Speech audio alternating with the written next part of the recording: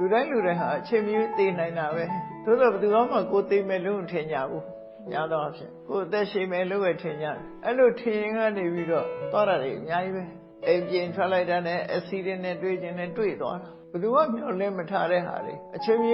သစ္ဆုံးခြင်းနဲ့ရင်ဆိုင်ရမှာဖြစ်လို့ငါရဲ့ဘဝဟာ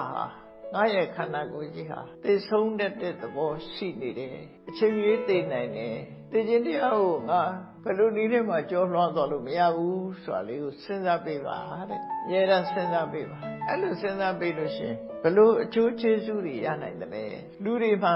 မသေးဘူးလို့ထင်နေတာကိုဇီဝိတမတ္တလို့ခေါ်တယ်နော်အသက်ပေါ်မှာရည်မူးတယ်လို့ပြောတာမသေးဘူးလို့ထင်နေလို့ရှင်မဟုတ်တာလည်းလုပ်တတ်တယ်မသေးဘူးလို့ထင်နေသည့်အတွက်ကြောင့်သူကမိမိလျော့လျော့နေထိုင်လာမျောလင်းချက်ကြီးတွေနဲ့နေထိုင်လာတတ်တယ်လှုပ်တဲ့လှုပ်ထိုက်တာတွေမလှုပ်ဖဲနဲ့ဒီပေါ်မှာရည်မူးလာရှင်မူးလာတဲ့ဇီဝိတပဒရှိလာရင်အကုသိုလ်တွေလှုပ်တတ်လို့ငါဟာအချိန်မျိုးသိနိုင်တယ်သိခြင်းတရားကိုငါမကြော်လွှားနိုင်ဘူးလို့စဉ်းစားပေးခြင်းအပြင်မသိဘူးဆိုတဲ့ရှင်မူးမှုတွေဟာလျော့ကျသွား